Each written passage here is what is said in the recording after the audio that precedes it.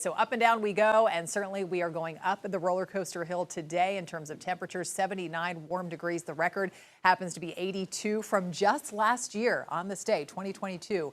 We reached a high of 82, so it was just this warm, just about. Southwest wind picking up a little more today at about 10 to 15 miles an hour. And again, the dew points continue to be in the dry zone, not helping, of course, with the drought situation, sitting in the mid and upper 40s with that relative humidity in the 30% range. We do have a few spots in the lower 80s. Wadesboro is right at an even 80 degrees, low 80s, and one of the typically warmer spots, Cheraw, Chesterfield County, Lancaster is up to 81. 81 for you all in Morganton as well. We've got those upper 70s through a good part of the foothills down through South Carolina, and warmer today for you all in the mountains, high 60s to near 70. Later on this evening, we're only going to back it off through the 50s, waking up to upper 40s to lower 50s on either side of that 50-degree mark. So another cool start, but even a touch warmer by a degree or two. That's what's expected for tomorrow afternoon. So no change yet in terms of temperatures. We're still going to be in the warm zone with a warm front up to our north, and ahead of this incoming cold front, they will see some scattered showers up around Chicagoland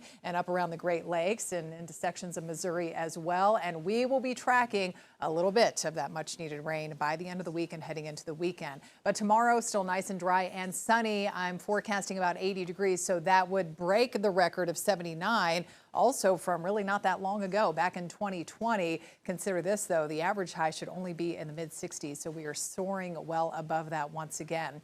Warm for the next couple of days, and then the cold front enters the picture, and that is when those numbers will start to tumble again. So you can see how those highs will be returning to the upper 50s to lower 60s. Really starting Saturday, Friday is when a lot of the scattered showers will start to move in. So that's kind of the transitional temperature day before we flip the switch back over to the cooler side or closer to seasonal norms going into early next week. Let's check it out and time out the arrival of some of this rain, why don't we, on Futurecast. So here we are for Thursday afternoon. Couple of showers will be possible by the evening in the mountains. We could see a little more of that rain with the front closing in on the area overnight, and that's mainly north and west of Charlotte, where the rain could be a little heavier in spots, and we'll hope for that, providing some relief to the wildfires a little bit here in the dry conditions over southwest North Carolina. So hopefully that picture does materialize here. That definitely looks good. That's what we want to see, more rain coming in. But by noontime or so on Friday, still most of the showers are to the west of Charlotte.